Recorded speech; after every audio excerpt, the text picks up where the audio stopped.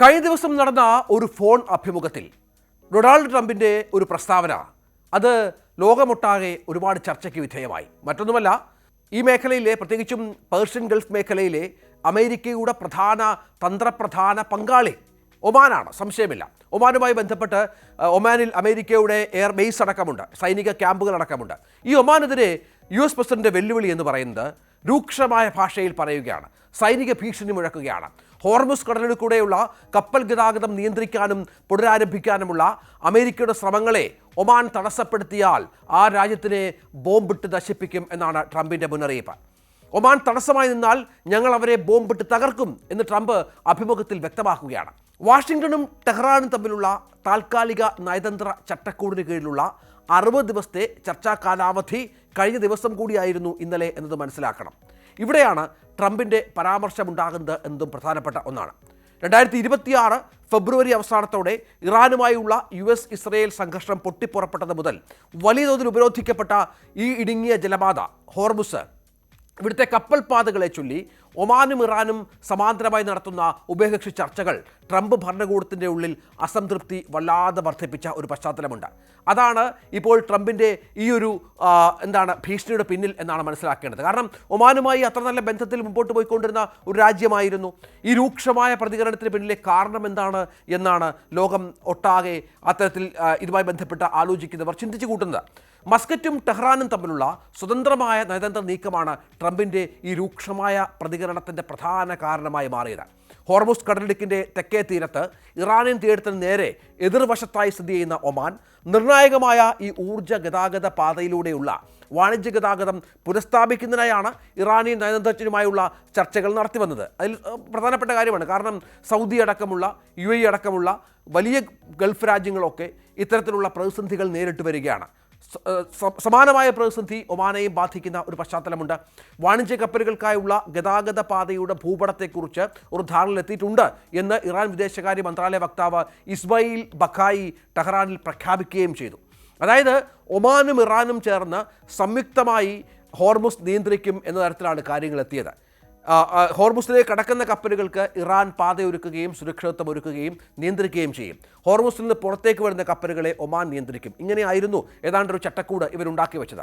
ഇറാനോട് ചേർന്നുള്ള ചാനലിലൂടെ കടലിലേക്ക് പ്രവേശിക്കാനും ഒമാൻ്റെ സമുദ്രാതിർത്തിയിലൂടെയുള്ള നിശ്ചിത പാതയിലൂടെ പുറത്തു കടക്കാനും സാധിക്കും. അതോടുകൂടി ഈ പ്രശ്നം പരിഹരിക്കും. അത് നമുക്കറിയാം, ആഗോളതലത്തിൽ ഇപ്പോൾ ഉണ്ടായ പ്രതിസന്ധിക്ക് വലിയ ഒരു പരിഹാരമാകുന്ന ഒരു ട്രീറ്റിയായി മാറിയ ഒരു പശ്ചാത്തലം കൂടിയുണ്ട്. പക്ഷേ അത് അമേരിക്കയെ സംബന്ധിച്ചിടത്തോളം ഒട്ടും ദഹിക്കാത്ത ഒന്നായി മാറുകയാണ്.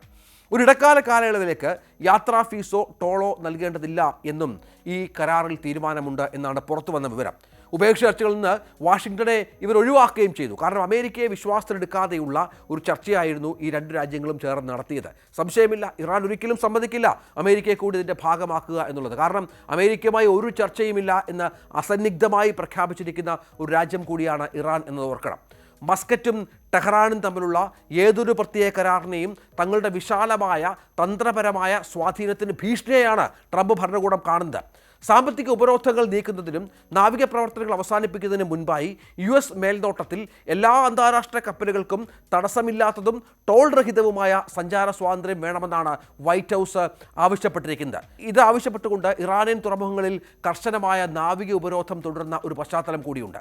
അതിനിടയിലാണ് ഒമാനും ഇറാനും തമ്മിലുള്ള സ്വതന്ത്രമായ ഈ ധാരണ ടെഹ്റാനുമായുള്ള സാമ്പത്തിക സമ്മർദ്ദം കുറയ്ക്കുമെന്നും അതുവഴി വാഷിംഗ്ടണിൻ്റെ ഉപരോധം ഫലപ്രദമല്ലാതാകുമെന്നും സ്വന്തം നിബന്ധനകൾക്കനുസരിച്ച് ഗതാഗതം നിയന്ത്രിക്കാൻ ഇറാനെ അനുവദിക്കുമെന്നും അമേരിക്കൻ ഉദ്യോഗസ്ഥർ ഭയപ്പെടുകയും മറ്റും ചെയ്യുന്നത്.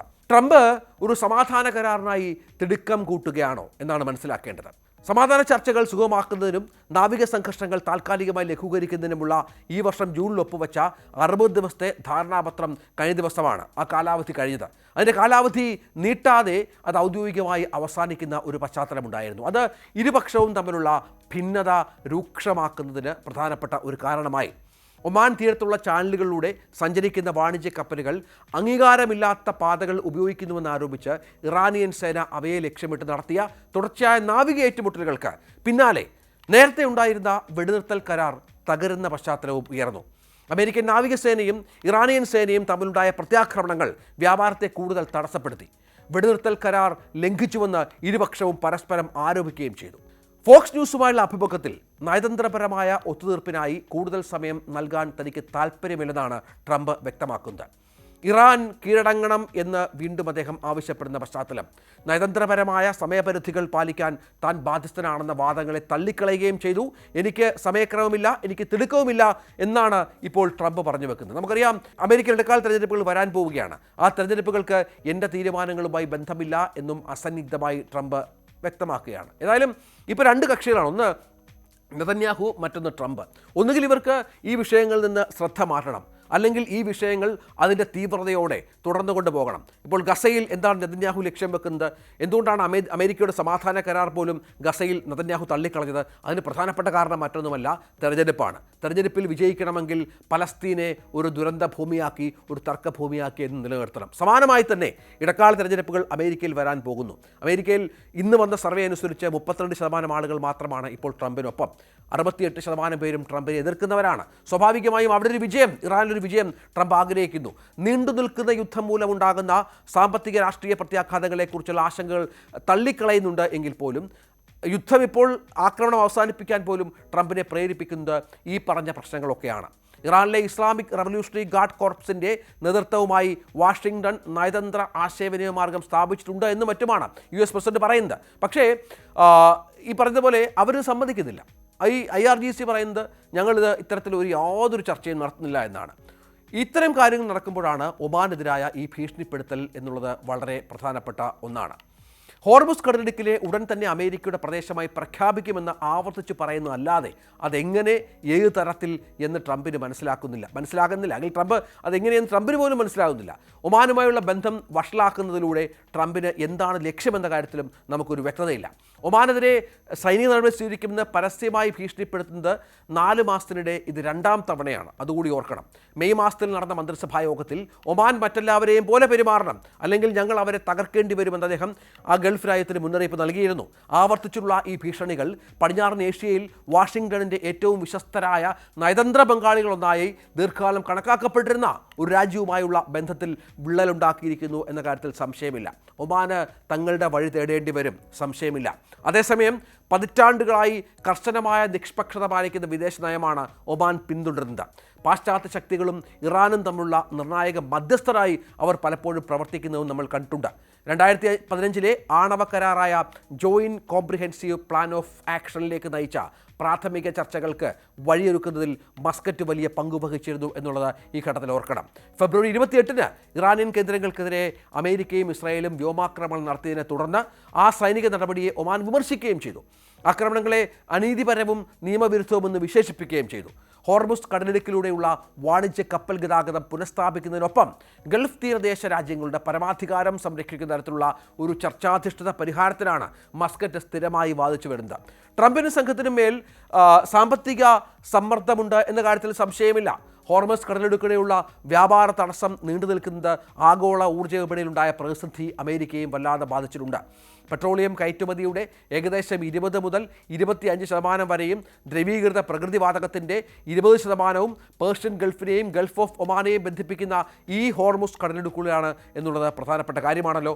6 മാസമായി തുടരുന്ന ഈ സംഘർഷം ചരിത്രത്തിലെ ഏറ്റവും വലിയ പ്രതിമാസ എണ്ണവില വർധനവിന് ഒരുക്കുകയും ചെയ്തു. അങ്ങനെ ഇത് പണപ്പെരുപ്പമുണ്ടാക്കുന്നു, ഊർജ്ജവിലയിൽ വർധനവുണ്ടാകുന്നു. ഇതൊക്കെ അമേരിക്കയും വല്ലാത്ത തരത്തിൽ ബാധിക്കുന്ന ഒരു പശ്ചാത്തലം കൂടിയുണ്ട്. ഇതൊക്കെ ട്രംപിനെ വല്ലാതെ പ്രകോപിപ്പിക്കുന്നു. മറ്റു രാജ്യങ്ങളെ, ഉദാഹരണമായിട്ട് വെനസ്വേലയെ കീഴ്പ്പെടുത്തിയതുപോലെ, ക്യൂബയ്ക്ക് നേരെ വെല്ലുവിളി ഉയർത്തുന്നത് പോലെ, മറ്റ് പല ഗൾഫ് രാജ്യങ്ങളും അമേരിക്കയുടെ വഴിക്ക് വന്നതുപോലെ ഇറാനെയും ഒമാനെയും വരുത്താം എന്നുള്ള ലക്ഷ്യമുണ്ടായിരുന്നു, പ്രത്യേകിച്ചും ഇറാനെ. പക്ഷേ ഇറാൻ ഇതായിപ്പോൾ ഒരു തരത്തിലും വഴങ്ങാത്ത പശ്ചാത്തലമാണ്. വേണമെങ്കിൽ ഞങ്ങൾ അക്രമകാരികളാകും, പ്രതിരോധം ഉപേക്ഷിക്കുമെന്ന് പറയാൻ പോലും ധൈര്യം കാണിക്കുന്ന ഒരു രാജ്യത്തോടുള്ള പോരിൽ അമേരിക്ക പരാജയപ്പെട്ടു എന്ന കാര്യത്തിൽ സംശയമില്ല. അവിടെയാണ് എന്താണ് പുതിയ ചില മനോനിലകളിലൂടെ ട്രംപ് പറയുന്നത് ഞങ്ങൾ ഒമാനെയും ആക്രമിച്ച് കീഴ്പ്പെടുത്തുമെന്നുള്ളത്. ഇത് ഒമാനെ മാത്രമല്ല മറ്റ് ഗൾഫ് രാജ്യങ്ങളെയും പ്രകോപിപ്പിക്കുമെന്ന കാര്യത്തിൽ സംശയമില്ല. കൂടുതൽ വാർത്തകൾക്ക് News 18 Keralam YouTube channel subscribe ചെയ്യുക.